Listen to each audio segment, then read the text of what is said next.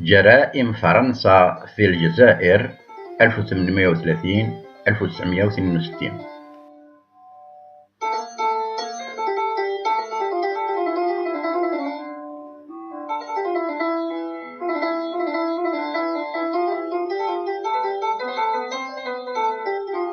الإبادة الوحشية للجزائريين أو إعدامهم خارج أي إطار قانوني. إنه مشهور بالتسميتين الاثنتين: الإعدام العشوائي والتكليف بجمع الحطب.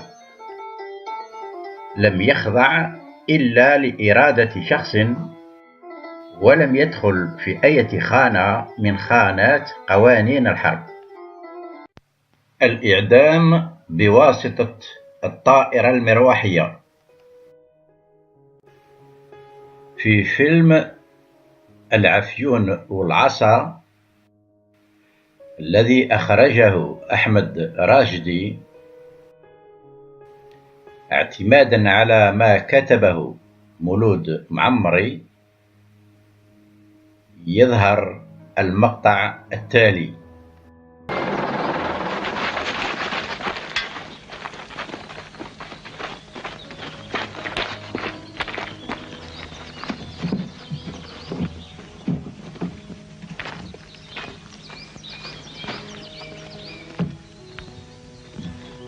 Dix jours d'hôpital et il sera rétabli. J'en reviens demain chercher l'autre.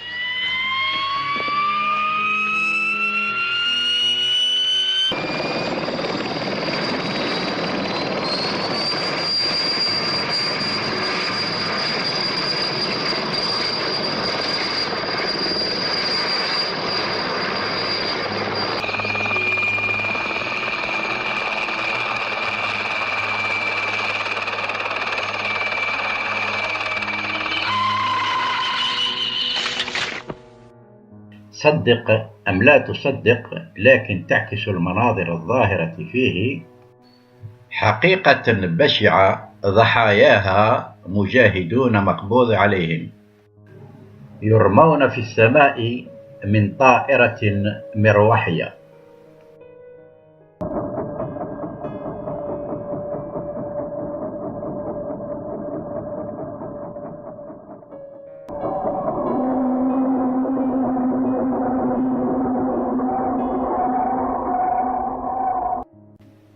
يدلي السيد نويل فافريير، عسكري فر من الجيش الفرنسي، بشهادته الثمينة في شأن هذه الحقيقة البشعة من خلال أحداث مماثلة عايشها.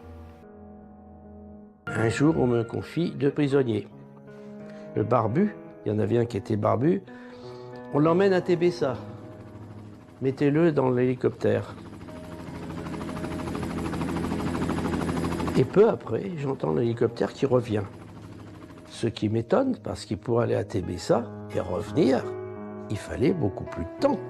Et là, il y a des gars qui descendent de cet hélicoptère. C'était un groupe spécial qui allait de bataillon en bataillon pour faire le sale travail.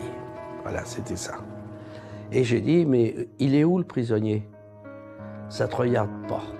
Il y avait un caporal africain qui venait d'arriver et qu'on m'avait donné comme adjoint. Et lui me dit, ils l'ont balancé.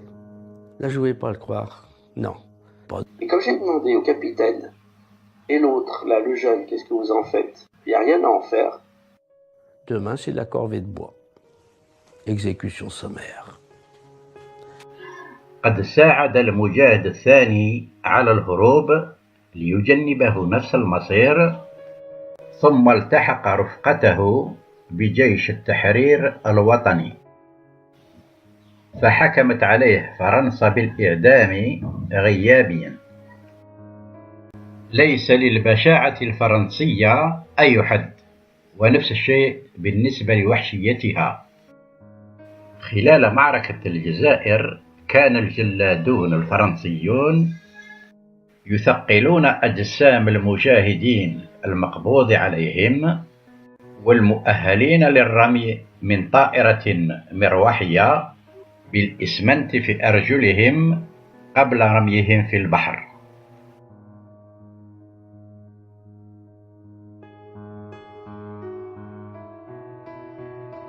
وكانوا بذلك يلقون عليهم التسمية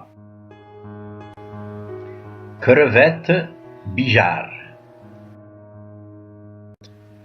أو جمبري بيجار، حيث أن العميد الفرنسي بيجار هو من اخترعها.